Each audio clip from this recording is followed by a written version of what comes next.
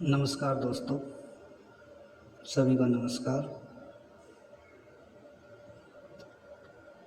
आज हम आपको मैथ्स के फॉर्मूले इस तरीके से बताएंगे कि आप उनको कभी भूलेंगे ही नहीं। और जितने भी फार्मूले हैं जिनमें स्क्वेयर्स या रेक्टेंगल का यूज होता है, स्क्वायर और रेक्टेंगल, जैसे क्यूब और क्यूबॉइड, और जिनमें सर्कल का यूज होता है, जैसे सिलेंडर, कॉन और स्फीयर, यानी कि सिलेंडर, कॉन और स्फीयर। यह है स्क्वायर और यह है रेक्टेंगल। इसमें हम सबसे पहले लेते हैं क्यूब।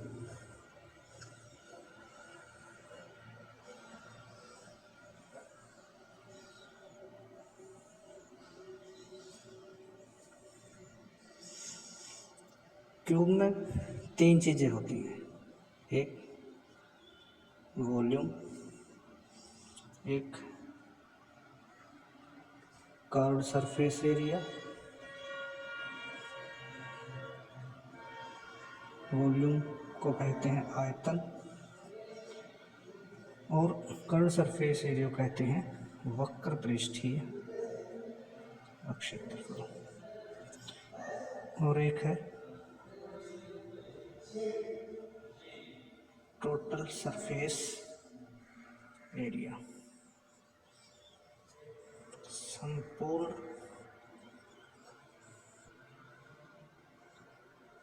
पृष्ठीय क्षेत्रफल।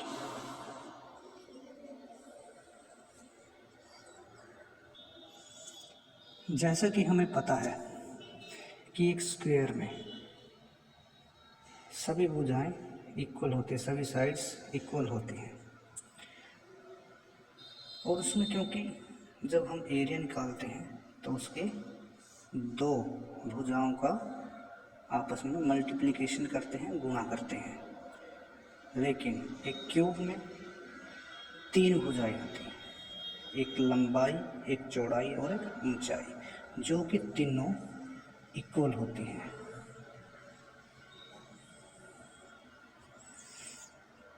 जैसे उसमें हमने दो भुजाओं का गुणा किया था क्षेत्रफल निकालने के लिए, इसमें हम लंबाई गुणा चौड़ाई गुणा ऊंचाई तीनों गुणा करेंगे तो ये आ जाएगा हमारा ए क्यूब, ए का घन।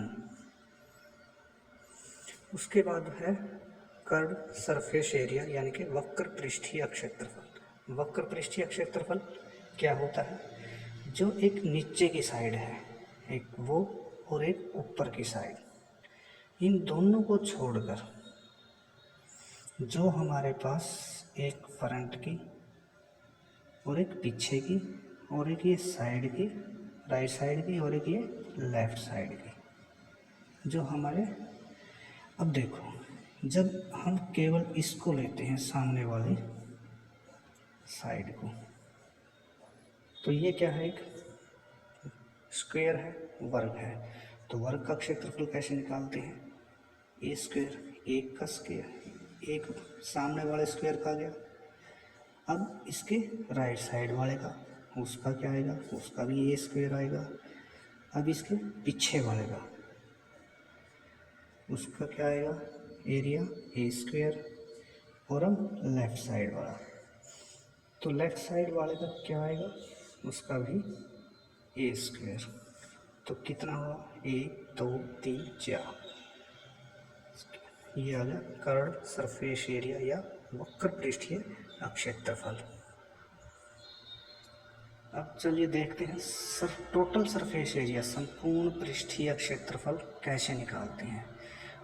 वक्र या कर्व्ड सरफेस एरिया में हमने ऊपर और नीचे की साइड छोड़ दी थी, लेकिन हमें संपूर्ण जो पृष्ठ है, जैसे कि नाम से ही दिख रहा संपूर्ण या फिर टोटल से ही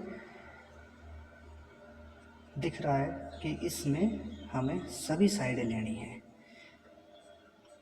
तो जो हम टोटल का लेंगे, सामने का ए स्क्वेयर, राइट साइड का ए स्क्वेयर, क्योंकि ये सभी 6 वर्गों से मिलकर बना है। एक क्यूब जो है वो या घन 6 वर्गों से मिलकर बना है, तब बनता है क्यूब। तो एक स्क्वेयर का जो एरिया है, क्षेत्रफल, वो है ए स्क्वेयर, दूसरे का ए स्क्वेयर, तीसरे का ए स्क्वेयर, चौथे का ए स्क्वेयर, पाँचवें का ए स्क्वेयर, छठे का ए स्क्वेयर। तो इस प्रकार जब हम इनको टोटल को जोड़ेंगे, ये हो जाएगा 6a स्क्वेयर। तो ये आ गया हमारा क्यूब का। क्यूब के अंदर हमने किस चीज़ का यूज़ किया, किस फिगर का यूज़ किया, स्क्वायर का। तो इसको ध्यान में रखना है कि कोई भी, चाहे वॉल्यूम हो, चाहे पृष्ठीय क्षेत्रफल हो या संपूर्ण पृष्ठीय क्षेत्रफल हो, उसके अंदर, एक क्यूब के अंदर हमें स्क्वायर का यूज़ करना है।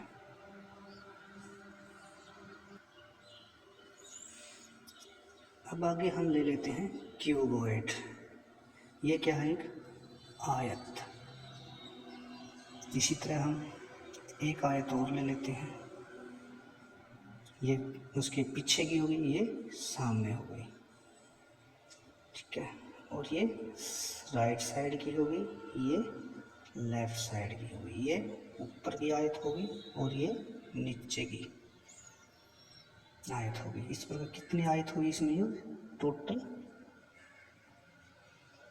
6 रेक्टेंगल्स। टोटल 6 रेक्टेंगल से मिलकर बनता है एक क्यूबॉइड। और क्यूब स्क्वायर से कितने से बना था, 6 से। और रेक्टेंगल में क्या हुआ, आयत, यानी कि रेक्टेंगल का यूज होता है क्यूबॉइड में। इसी प्रकार इसका वॉल्यूम, कर्व्ड सरफेस एरिया, फिर टोटल सरफेस एरिया,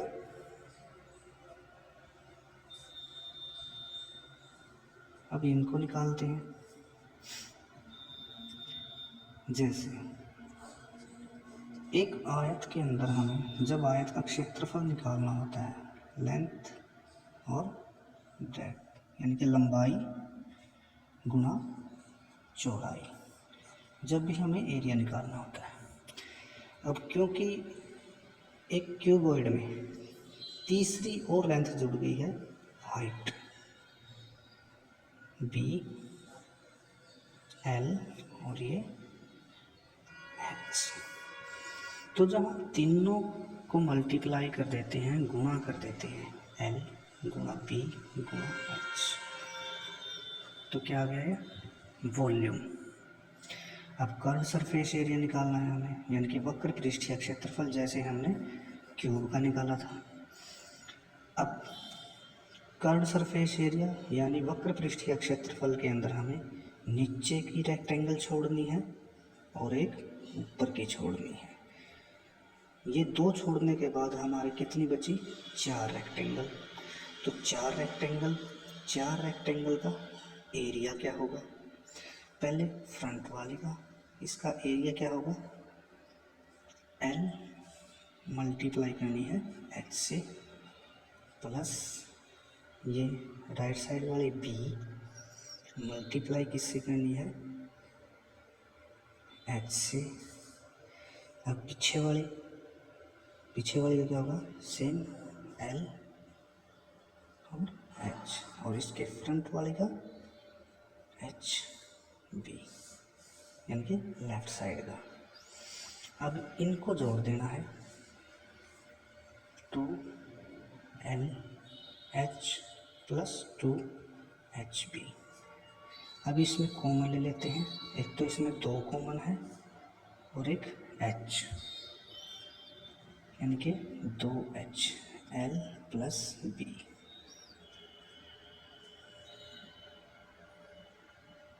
ये आ गया इसका कर्व्ड सरफेस एरिया।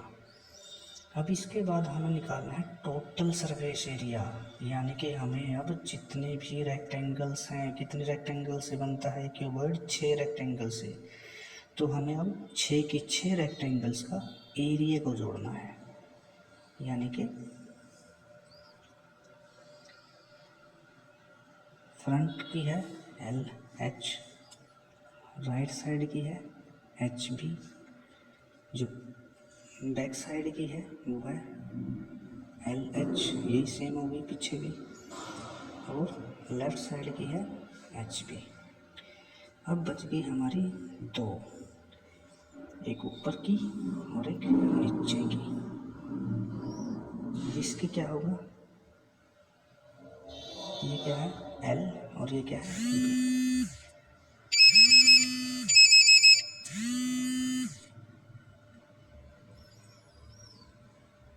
ये क्या है